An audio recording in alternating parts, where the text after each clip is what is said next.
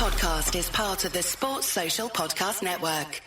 The Two-Footed Podcast is brought to you by EPLindex.com and our presenting sponsor, Liberty Shield. Liberty Shield is a VPN provider. A virtual privacy network allows you to go online, change your location, access things you're geo-blocked from, while keeping your data safe. So, as an example, if you are a UK expat and want access to BBC iPlayer to watch Match of the Day, or ITV Hub, or all four, but you get that message that says this content is not available in your location, a Liberty Shield VPN gets you around that block, allows you to watch whatever you want on those services while also keeping your data safe. And it goes further than that. It allows you to open up Netflix's entire library by just changing your IP address. Liberty Shield is the #1 rated VPN provider on Trustpilot with 5-star ratings across the board. So go to libertyshield.com right now, use the code EPL25 and get either the hardware package or the software package. The hardware package is a router that you plug into your existing router, and any item you want to change the IP address on, be it your phone or your television, you connect that to the new Liberty Shield router. All other items can remain connected to your existing router. There's also a software package which is instantly downloadable to your device and you can get using straight away. Again, libertyshield.com, EPL25 for 25% off at checkout. We're also brought to you by Home of Hopcroft, a giftware and homeware company located in Scotland but shipping worldwide. Check out homeofhopcroft.co.uk and do check out the EPL Index and Anfield Index shops, which you'll find on Etsy. Use the codes EPL10 or RED10 for 10% off at checkout. And lastly, do remember to check out A Tad Predictable, hosted by Tadiwa. That podcast is on this feed before every Premier League match week. And then the EPL Roundtable, hosted by Kevin DeVries, on its own EPL Roundtable feed. So just search EPL Roundtable in your podcast device. And that's out after every match week. Now, on with the show.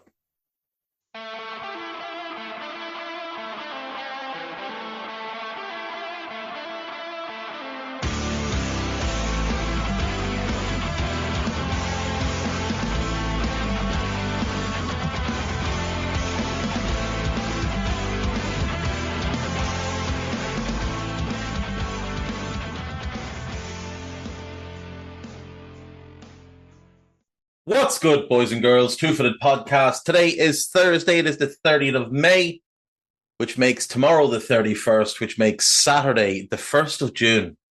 Unbelievable how quick this year is going. And this year's European football season is almost over. We have one game left, that is the Champions League final. We'll talk about that tomorrow. Last night, we had the Europa Conference League final. And huge congratulations to Olympiacos, who become the first Greek team to win major European silverware, beating Fiorentina by 1-0. El Kaabi, who'd been the hero of the semi-finals against Aston Villa, scoring the only goal of the game in the 116th minute of a very tense, tight affair. I thought it was a decent game. I saw some people say they didn't enjoy it. I thought it was good. I thought both teams played some decent football. I thought the midfield battle was quite interesting. I thought Santiago Heze was excellent. I thought David Carmo at centre-back was very, very good. Pedence looked dangerous. El Kaabi was pretty good. Both fullbacks were involved plenty. On the Fiorentina side, Dodo started at right-back. I assume Koyunde is injured. Because he wasn't in the squad. I hadn't paid enough attention. I don't like the Martinez right side centre back, Milinkovic left side centre back situation. Just switched them around. Baraghi left back. I thought the veteran presence played pretty well. Mandragora had a bit of a disappointing game. I thought Bonaventura had a couple of opportunities to get a goal and just fluffed his lines a little bit. Nico Gonzalez had a quiet game. I didn't understand the decision to start Guami, especially on the out wide, I just don't think it works. Um, all in all, I thought Olympiacos deserved the win, but it certainly could have gone either way. And to be completely honest, had it gone the Fiorentina way, I'd probably just have said the same, that they deserved to win. It's just one of those games, one of those real tight affairs. But I think it's great for Olympiacos. They're a club that have had lots and lots of success. 47 times Greek League champions, 28-time Greek Cup champions. They've won the Greek Super Cup 4 times. They've won 18 different doubles. But this is the first time they're winning a major European trophy. And hopefully it can be a springboard for Greek football over the next couple of years, because it's quite a competitive league now. Like, for a number of years, it wasn't. It was Olympiacos dominant from, like, if we go back, from 1996, they win the league 1, 2, 3, 4, 5, 6, 7, 8, 9, 10, 11, 12, 13, 14, 15, 16, 17, 18, 19, 20, 21, 22 times over the span of 26, 27 years. Like, they have dominated. But in the last couple of years, that has changed a little bit. And we've seen AEK Athens now win it last year, PAOK win it this year, only the 4th time in their history that they'd won it, but they've won it twice in the last 5 years. So that's really promising. AEK Athens are a club that have had success. They've now won 2 in the last 6 years. What we need now is we need a Panathinaikos title. And then we need those 4 to continue to grow. Panathinaikos haven't won the league since 2010, since the beginning of the run of Olympiacos. You've got 2 titles for PAOK, 2 titles for AEK, and 2 titles for Panathinaikos. And that's basically it, And if you look back prior to that, in the, let's say, late 70s into the mid-90s, PAOK won 1, Panathinaikos won 1, AEK won 2, Olympiacos rattled off 4 in a row, then Panathinaikos, PAOK, Panathinaikos again, Olympiacos, Larissa win their one and only title, AEK win it, Panathinaikos win back-to-back, AEK win 3 in a row, Panathinaikos win 2 more. You've got a run there from 1987 where Olympiacos don't win it for 10 years. And then they hit this incredible run of dominance. And it's kind of held the league back a little bit. Like, you can't criticize them because they're built to win, but it doesn't help anybody else when one club is just routinely winning. I think if Panathinaikos can win a title or 2 in the next couple of years, and Olympiacos will win a couple, and AEK win a couple more, and PAOK win a couple more, I think then when you've got those big 4 clubs, I think that is what can breed real competition and lift the level of the league as a whole. But right now, the last couple of years, things have definitely been a bit better, for sure. And you've got incredible rivalries in that league between all of the top clubs. And the atmosphere that is produced when any of those big rivalries take place is just amazing. And I thought the atmosphere last night was incredibly good. And I'm almost certain I was right that there was a large amount of Olympiacos fans outside the stadium, because it certainly seemed like there was a lot more noise than a stadium of that size could normally generate. Tough for Fiorentina, obviously. Like, went through it yesterday, what they've been through since winning their last trophy over 20 years ago. Back-to-back defeats in this final. They'll be in the competition again next year. But next year Chelsea are in it, and they'd have to be the favourites to win it. But you never know. Maybe Fiorentina, third time's a charm. The one thing I think is just, it's kind of funny, is with Mendelebar, the Olympiacos manager. Like, just consider what he's gone through in the last 15 months or so. So he gets sacked by Alaves in April of 2022, and he's out of work then for almost a year. Like, it was 2 weeks shy of a year, and he gets the Sevilla job. And 2 months later, he wins the Europa League. And then he gets sacked by Sevilla in the October. He's out of work again for 4 months, gets the Olympiacos job just in February, and has now won, for the second season in a row, a major European trophy. Like, some Champions League clubs should probably sack the manager in February or March next year and appoint him, and maybe he can complete the set. But it's just so funny. Like, this guy's been managing since 1994. And the only times he's gotten to elite level clubs would be Athletic Bilbao, where he was sacked after 13 games in 2005, and Sevilla, where he won a trophy but was sacked after 28 games. He did pretty good work with Eibar, it must be said. Like, he did well there. But it's relatively speaking. I mean, it's because it's Eibar. He only won 30% of his games. Like, you look at his career win rate, 38.5% out of 1,000 games. Started off at Aritia in 94, manages there for 2 years, wins 54% of his games, goes to Baskonia, who are kind of in the Bilbao network.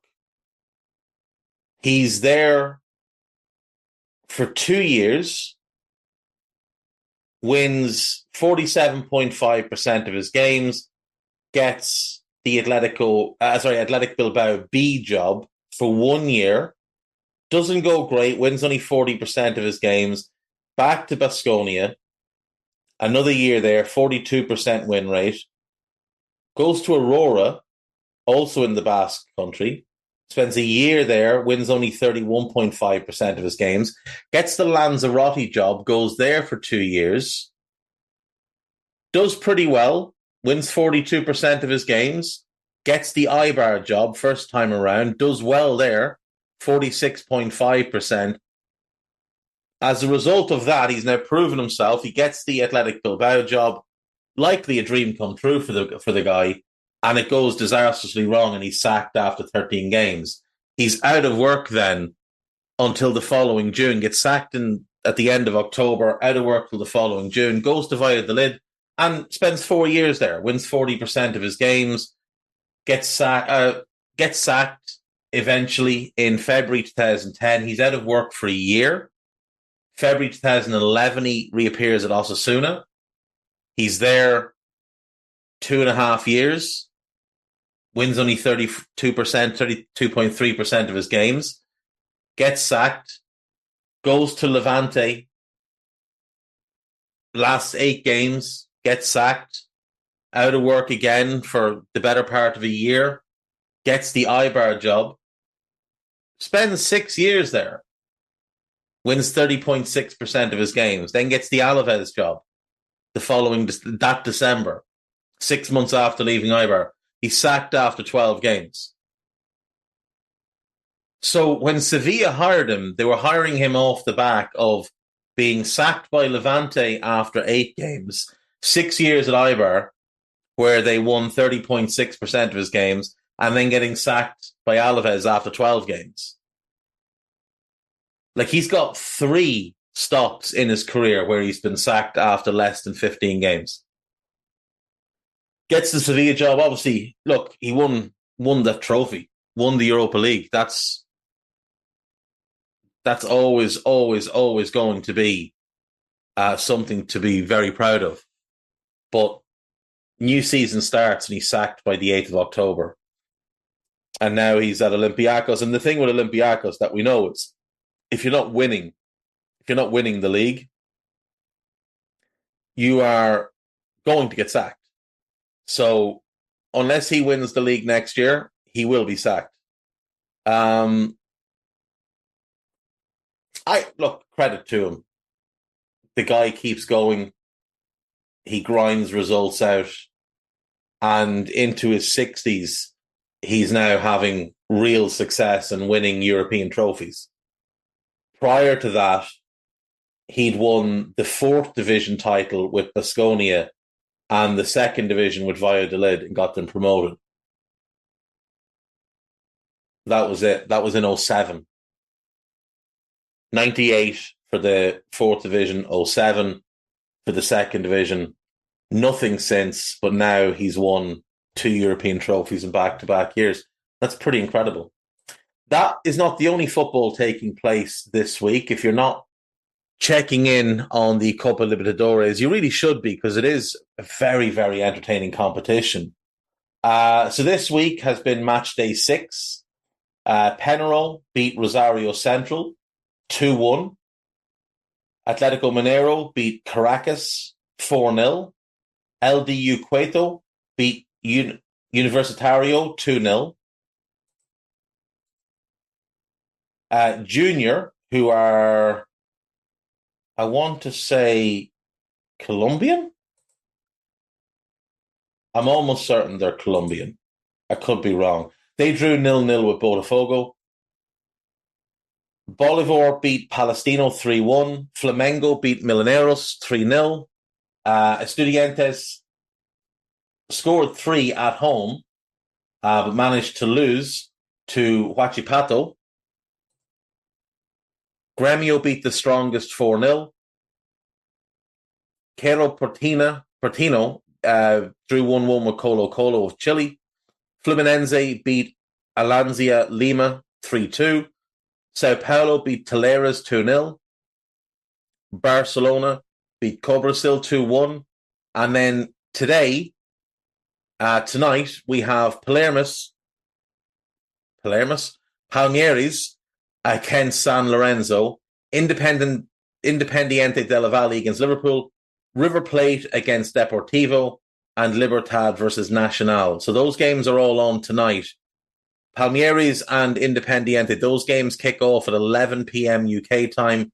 The other two are 1 a.m. UK time. So if you're a night owl, you could watch Palmeiras first and then River Plate immediately after. There are 2 makeup games to be had. Gremio have to catch up on 2 of their games. They play the 5th against, I think it's Huachipato. That's probably wrong. And then on the 8th, they play Estudiantes at home. So, in the group stages, right now, Fluminense have topped Group A ahead of Colo Colo. Portino will drop into the Copa Sudamericana, and Alianza Lima are out. Sao Paulo have topped Group B. Talleres second. They will advance to the round of 16. Barcelona finish in 3rd. They drop into the Sudamericana, and Cobrasil are out. The strongest, they are maybe not through. This group is a little bit up in the air. So this is because Gremio have only played 4 games. The strongest have played 6. They've gotten 10 points. Huachipato, who are from Chile. They've played 5. They have 8 points. Gremio have 6 points, and then Estudiantes have 4 points. So if Estudiantes beat Gremio and Gremio also lose the other game, then the strongest and Huachipato go through to the round of 16. Estudiantes would get the Sudamericana spot, and Gremio would be completely out. But Gremio, at the same time, could also top the group. So still lots to take place there. Games on the 5th and 8th of June. Group D, Junior, who are Colombian, they top the group. Botafogo go through with them. Cueto drop into the Sudamericana, and Universitario of Peru are out. In Group E, Bolivar are through, as are Flamengo. Palestino drop into the Sudamericano, and Millonarios go out.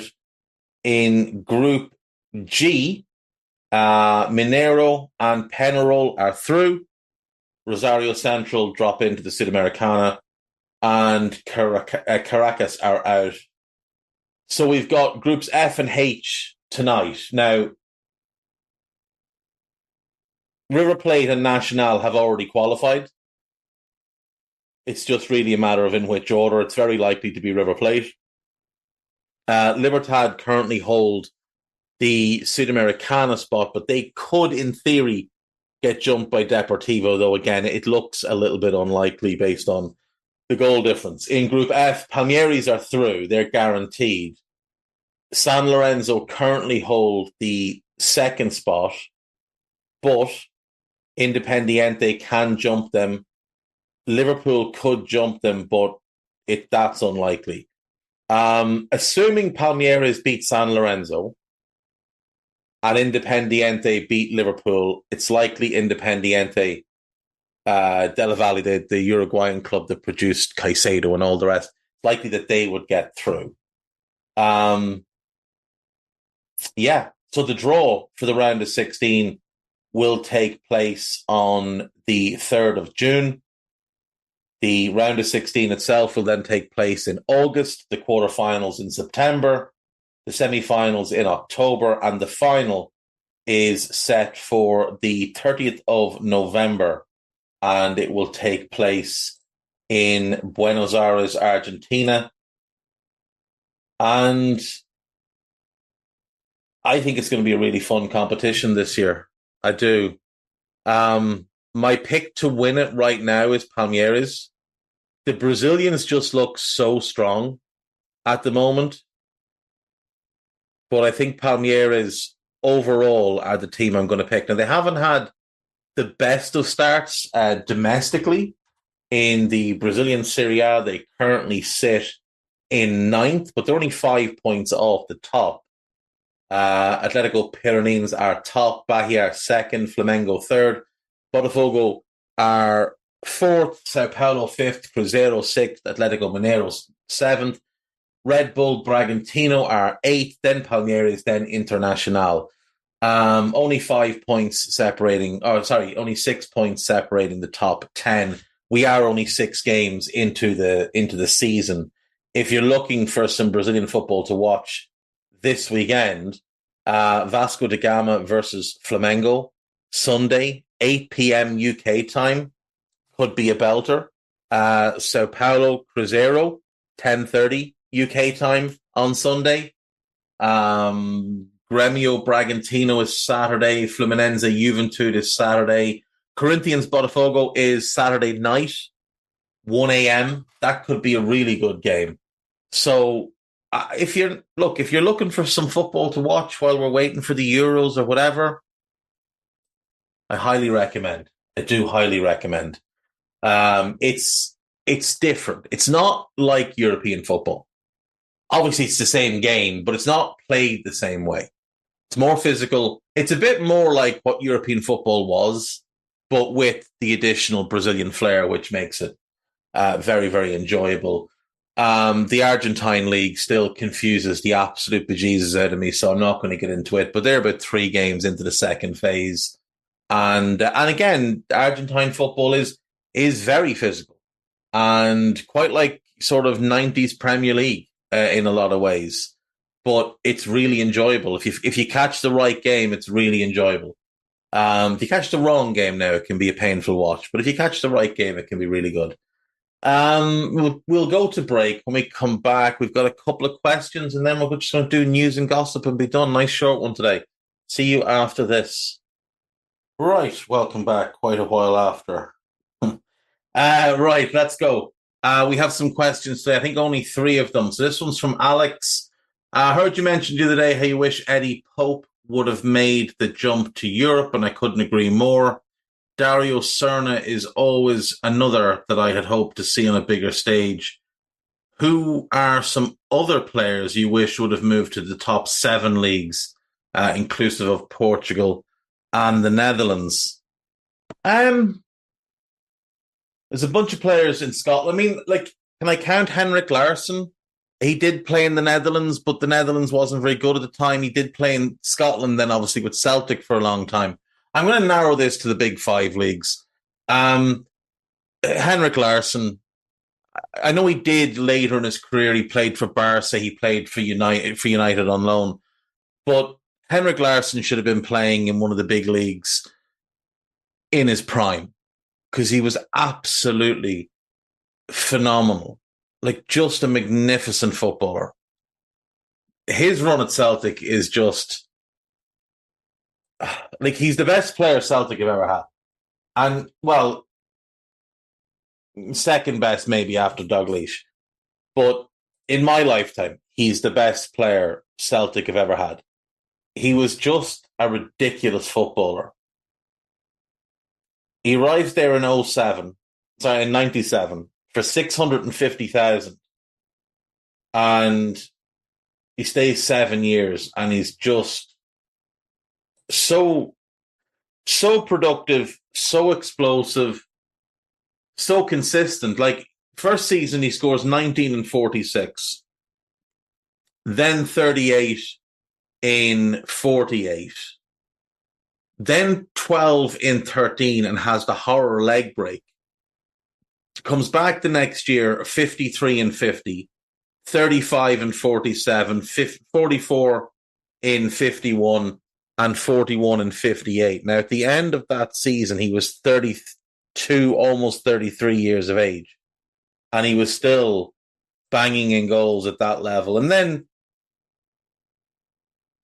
I guess he wanted to go and try something new. So he went to Barcelona. He did a difficult first season there with injuries, only 4 goals in 17 games. But the following season, he scores 15 and 43, largely as a squad player. And then he gets loaned to United the next season. And again, he has a lot of injuries. But he won 4 league titles with Celtic, 2 Scottish Cups, 2 Scottish League Cups, went to Barcelona, won 2 La Ligas and a European Cup. And people forget that he won a European Cup with Barcelona and played 10 games in their European run that year. He wasn't just a bit part passenger on the bus. He was playing regularly in the competition for them. They played 13 games. He played in 10 of them. So, and did play in the final as well. Came on in the final with half an hour to go with Barcelona behind and was involved in the turnaround. And people always forget that about Larsson. But my point is, I would have loved to have seen him play in the top leagues. When he went to Celtic, I wish he'd gone to a Premier League club or a La Liga club or a Serie A club, because I genuinely think he would be... I think he'd be held in an incredibly high stand, or light, or an incredibly bright light, or whatever you want, whatever way to... I don't know what the saying is what I'm trying to say, but you know what I mean. I think he's just such a special player, and I don't feel like he ever got the... I don't feel he got the recognition he deserved. A couple more then. A couple of Ballon d'Or winners, to be fair.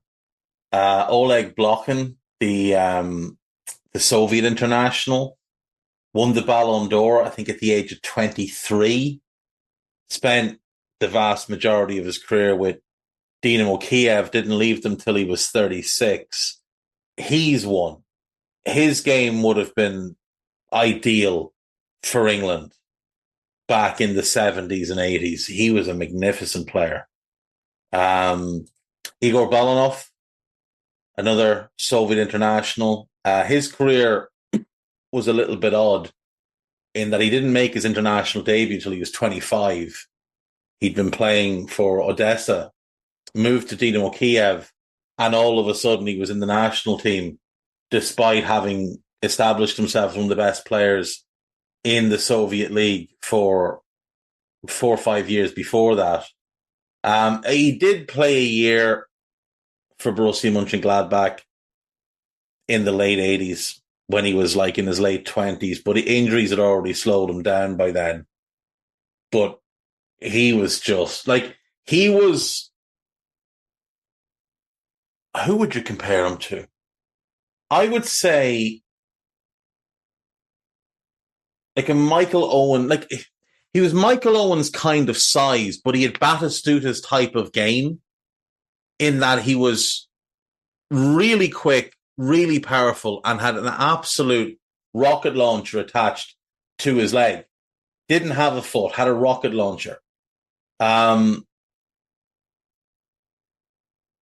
Genuinely a sensational player. Won the Ballon d'Or in 86, 11 years after Blokhin had won it.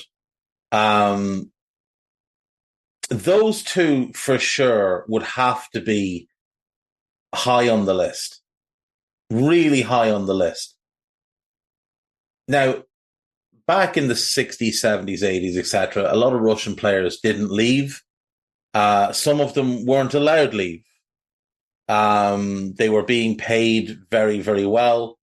But there was also threats made to their families and different things. And also, you know, back then, a lot of propaganda telling them that you don't want to move to the West. The West is evil. You're going to stay in Eastern Europe and stay behind the Iron Curtain and, you know, not be drawn in. But you go back and watch football from that era and like genuinely there's just so many special players in Eastern Europe in the 70s and 80s and like a great way to find them is to watch European Cup. Obviously that's the best way, but also the international tournaments of the 70s and 80s. So, for example, the Czechoslovakian team that won the European Championship in 1976, their goalkeeper, Ivo Victor, absolutely incredible. One of the all-time greats. Someone that I'm myself very, very guilty of overlooking. He was amazing. 5-time Czech Footballer of the Year, 2-time European Goalkeeper of the Year, placed 3rd in the Ballon d'Or in 76. He's one that absolutely should have moved to a bigger league, but didn't, stayed in his homeland for his whole career. And look, I'm sure he was very happy to do it. But at the same time, like when he won the European Championship, he was 34 and he was, you know, he was past his best, but a lot of people were only really waking up to how good he was at that point. He should have been out of there 10 years earlier and playing for a top team. And go back and look at the Russian squad from Euro 88 and the talent that was in that squad. And yet they're all playing in their homeland. And so many of them would have walked into the very top leagues and immediately been among the best players. Now, I know historically Russian players haven't always done well outside of the sort of the Russian bubble. You know, Valery Karpin and Mostovoy, they did well. Kanchelskis did well. But a lot of them, like Arshavin, for example, he had such a high profile. And he didn't succeed. Shevchenko did, but Rebrov didn't. You know, that kind of way. But at the same time, I think that's more an institutionalization where so many of them were just developed with this mindset. And as soon as they moved abroad and things were different, they just couldn't adapt to it. But like there was so many. Oleg Protasov, like what a player. What an incredible player. His big move away was to Olympiacos. Then he went and played in Japan for a while. But like he was with Dnipro back in the 80s and was one of the few non-Kiev people who was getting called up by Lobanovsky for the national team because he was just so good. So good. Now, he's not been a very good manager, but he was an incredibly good player. Like for Dnipro to win the Soviet top league back in 83, given the strength of Kiev at the time and the Moscow clubs and the wealth that was behind some of them and the political power that was behind some of them, for Dnipro to win the Soviet top league in 83, like that's not entirely Protasev, but largely Protasev.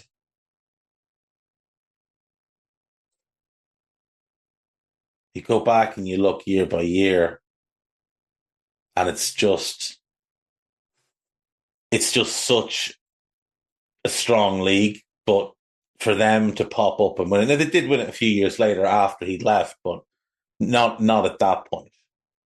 Not at that point. So good. Such a good league back then as well. Like you go back and look at some of the players that were at the likes of Dinamo Tbilisi, the Moscow clubs. Torpedo Moscow were even good back then, and they've been awful for years. Spartak, obviously. Zenit Leningrad before they became Zenit St. Petersburg, or before they went back to being Zenit St. Petersburg. I can't remember which way it was, but when St. Petersburg was known as Leningrad, they had a great team. Like I said, Dynamo Kiev were just such a force. Such a strong league. Lots and lots of top players. And yet we didn't get to see them coming across because they just weren't allowed. You know? They just weren't allowed. Right, moving on. The next question then was about the overlap. In the style of the overlap, who are some players or coaches you would like to see interviewed, and who would you like to have interview them? Do you know, I actually think Neville's really good at it. To give him his due, I do actually think Neville's really good at it. So I'd let Neville do it.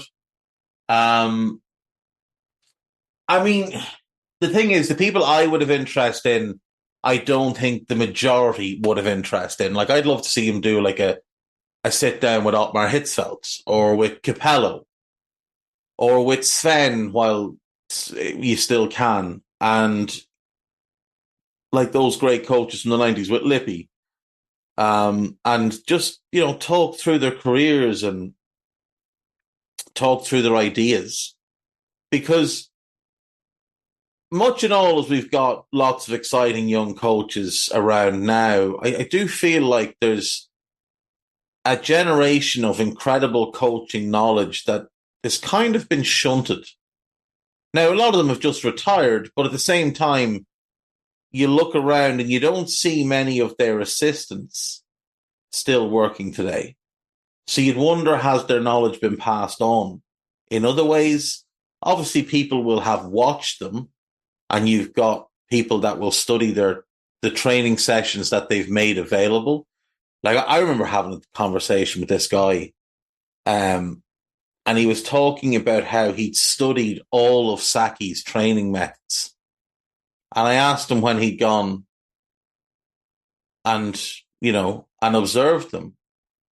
And he said he'd found them online. Like, that's just nonsensical. Like, Saki didn't work the same way every single day. He didn't just have 4 or 5 or 6 different training sessions. He had hundreds of them. He was notorious for it.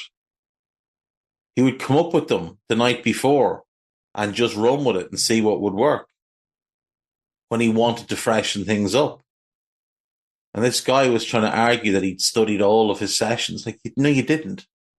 No, you just didn't. And the issue there is that there's so many things that Saki thought of and came up with that we're going to lose from the game. And look, it'll be replaced by others, and people will go back and copy a lot of what took place in game and almost try and reverse engineer it into training sessions, because that's what people do now. But at the same time, it's a bit of a shame. It's a bit of a shame.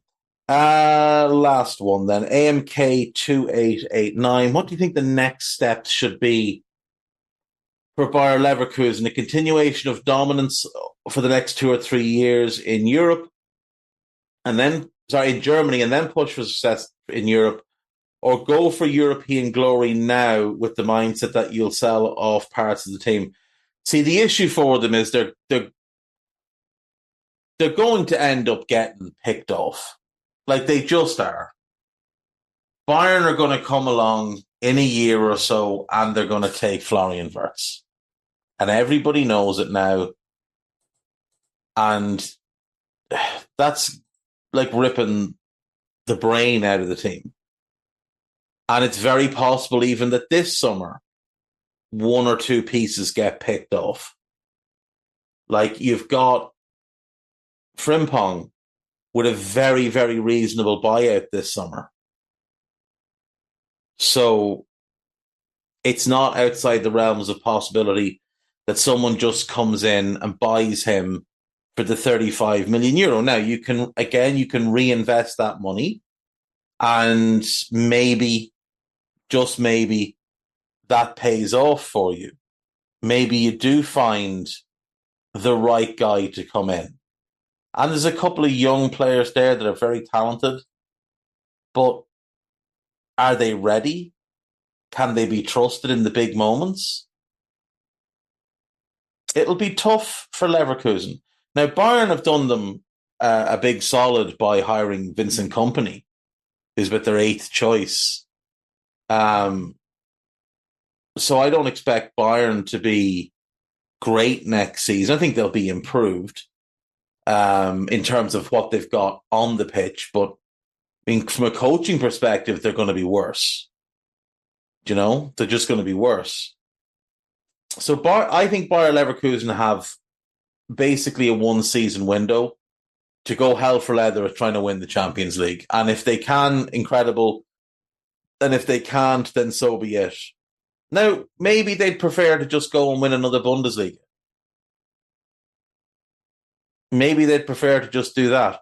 And maybe doing that and building a culture of winning and getting players into the habit of winning is better for the long term of the club. And maybe it also might convince players to stay there longer. It might convince new players to want to go there, because it's not just a stepping stone. Like, it can be more than that.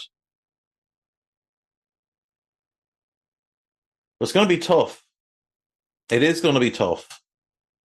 It's a shame when you look and see over the years just the different players that have kind of gone in and out. But I've been looking at that squad for the last couple of years and saying that you heard me on this podcast say that there is the squad there to go and win the league. Now, I didn't think they'd win it as easily. I didn't expect to see Bayern fall apart the way they have the last 2 seasons. I know they won the title last year, but that's because Dortmund choked on the last day. But I didn't expect Bayern to fall off like this. But you were looking at that squad and you're looking at Hincapié, Kusunu, Wirtz, Schick, Adli, Hlozek, Fosu Mensah. I know he didn't play a huge role, but just as squad depth, Palacios, Frimpong. You're looking at that group and thinking there's real potential here. A couple of pieces.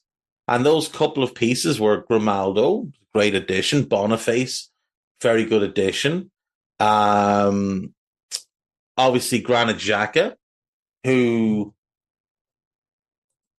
left Arsenal having won so little there and immediately wins a double. I know he won a couple of FA Cups, but they couldn't win a league title. But he did honour Arsenal with a stinker in the European final, so that was good. And then obviously the last kind of piece in Jonas Hoffmann, another one. But yeah, I think they're in a good position where they could probably withstand a sale or two. Like if they sold Pa, for example, I think they could withstand that. I think you move Kusunu into the starting defence and you look to bring in another. You've got Noah Mbamba who can come in terms of depth at the back or in midfield. Maybe Fosu Mensah plays a bit more, though it does seem like he's very much sort of on the out. I don't think he played at all in the past year. But there's definitely talent there. Definitely talent to build with.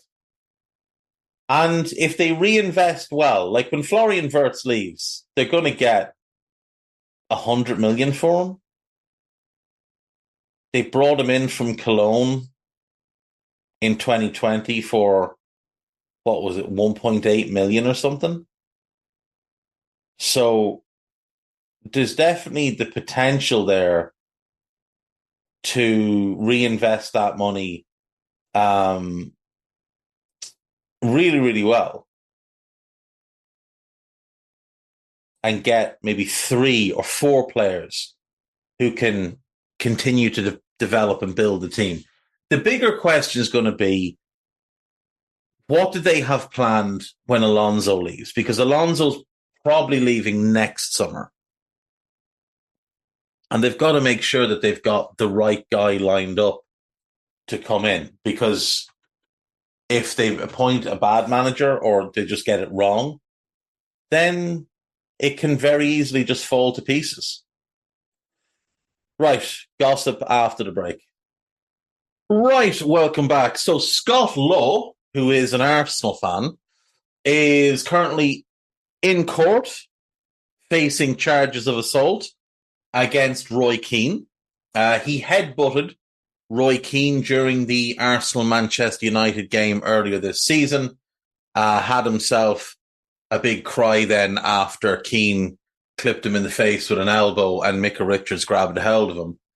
And now the defence is alleging that Keane was the one that started it. Law is telling fibs, quite blatant fibs as well. And they're running this clip from one angle, which shows Keane and Micah Richards sort of chasing Law, not running, but like walking quickly after him as he comes barreling round the corner, clearly looking very aggressive.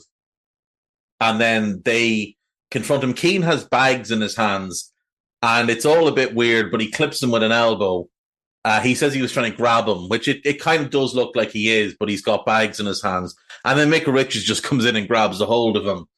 And the police are called and he's arrested. And he's now turning it into a big woe is me story and saying he was scared because he'd seen Roy Keane kick people during his playing career.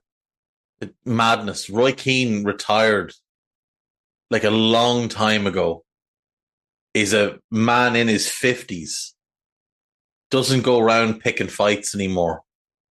And the defendant, through his defense barrister, has said that the police are lying that they've done nothing to investigate evidence pointing away from their client.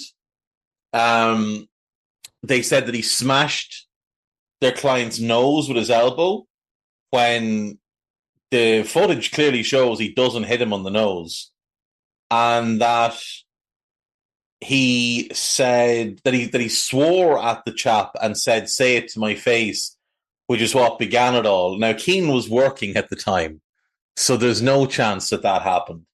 It's fanciful stuff, really, from the defence, and hopefully this young fella, well, he's not young, he's 40-odd, gets his comeuppance. Norwich City have appointed FC Nordsjælland manager Jonas Hoff Torup as their new head coach on a 3-year contract. Best of luck to him there.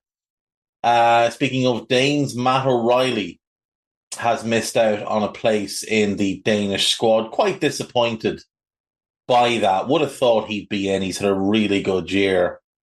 To not be in the 26-man squad, I think, is a mistake. When we look at the midfielders, Christian Eriksen, he's had a dreadful season. Thomas Delaney, why is he in the squad? It's been years since he was good. Absolute years. Morten Hjulmand, fair enough. Pierre-Emile Højbjerg, dreadful season. Norgard and Jensen, absolutely fine. But Damsgaard had a terrible season. So how's Damsgaard in ahead of him? Why is Frendrup not in the squad? I feel like the Danes could have a better squad than the one that's being picked. I really do. I don't feel like this represents the best they have available. I almost feel like they're holding themselves back a little bit. Some really good players in the squad, some really good players that weren't called up for whatever reason that should have been in the squad. And I feel like the Danes are holding themselves back by being too loyal to players that were good and no longer are.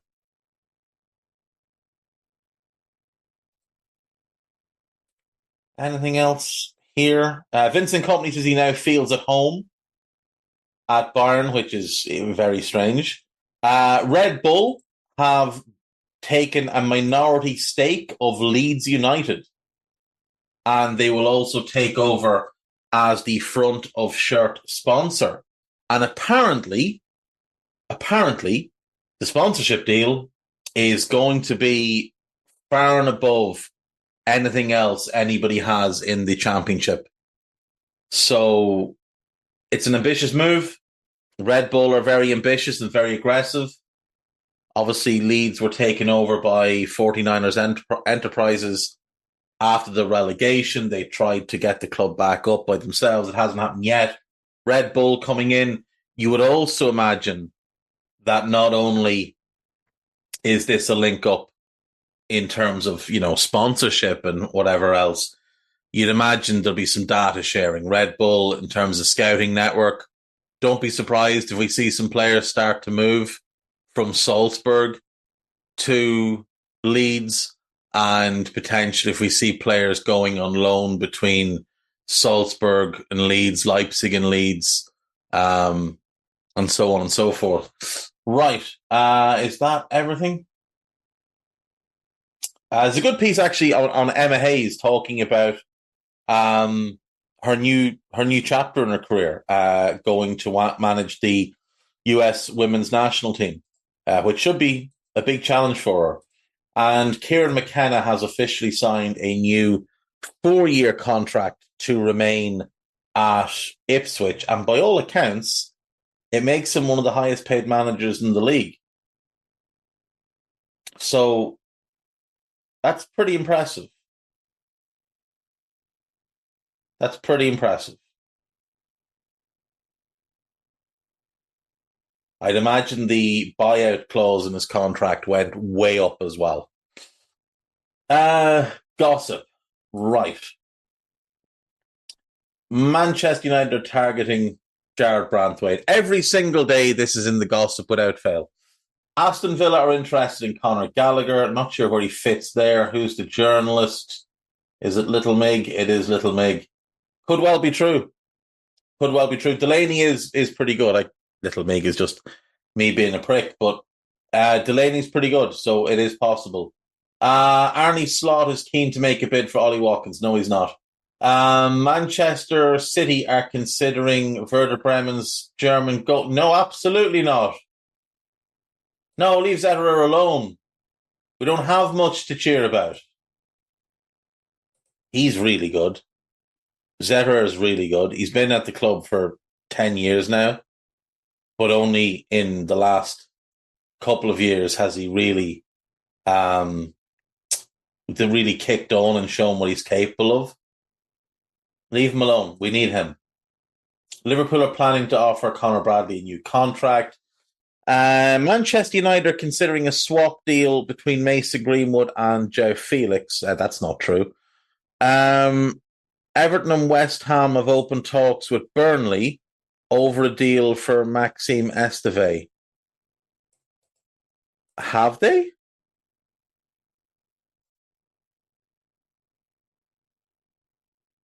I would imagine Burnley want to keep him, considering that when they got relegated, they made it permanent. So I'd imagine they want to keep him.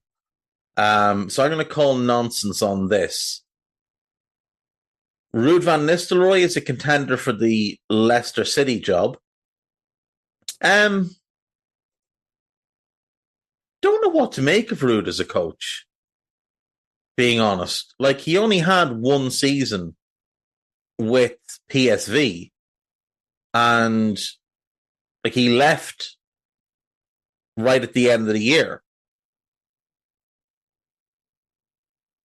Did win the Dutch Cup, to his credit, but don't know what to make of him as a manager. Real Madrid plan to announce the signing of Kylian Mbappe before the Euros. Chelsea have to raise funds through player sales before the 30th of June to comply with the Premier League's P&S rules. Vincent Kompany wants Middlesbrough coach Aaron Danks to join his backroom staff. Now, Aaron Danks, you'll remember, was on the staff at Villa under Steven Gerrard, had been at Anderlecht under Kompany, and was caretaker manager of Villa for a week between when Gerrard got sacked and Emery took over. He's been up at Borough with Michael Carrick for 18 months now. RB Leipzig, RB Salzburg and Roma are interested in Calvin Phillips. RB Salzburg are not interested in Calvin Phillips. Mikel Arteta is in talks over a contract that would see him become one of the highest paid managers in the league. He's already one of the highest paid managers in the league. RB Leipzig's Benjamin Sesko is Arsenal's top target this summer. Okay. Rennes and Lyon are set to bid 35 million for Naif Agard. Highly doubt Lyon are, given that they're in a bit of a pickle financially at the moment. And Rennes, it would be very out of character for them to pay 35 million for a player they sold for 30 million 2 years ago, who's 28. Really good player. I like Agard. I think he's become quite underrated, but neither of those clubs are paying 35 million for him. And that's it. That's the gossip for today. So I'll see you all tomorrow. Take care. Bye-bye.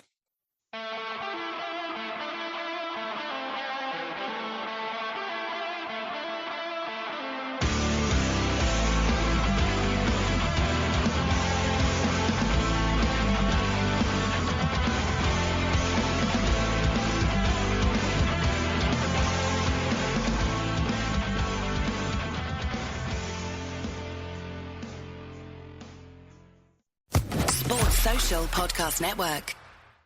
The delicious ice-cold taste of Dr. Pepper has a lasting effect on people. Lindsay from Sacramento said, Pro tip, 40 degrees is the perfect temperature for an ice-cold Dr. Pepper. Why is 40 degrees the perfect temperature for Dr. Pepper? We brought in Sue from Duluth, Minnesota to tell us. Oh, yeah, I know a thing or two about cold. Oh, that right there is the perfect kind of ice-cold for Dr. Pepper. I'd share that with my friend Nancy. She likes Dr. Pepper too, you know. My cold All right, that'll be all, Sue. Having a perfect temperature for your Dr. Pepper? It's a Pepper thing. Inspired by real fan posts.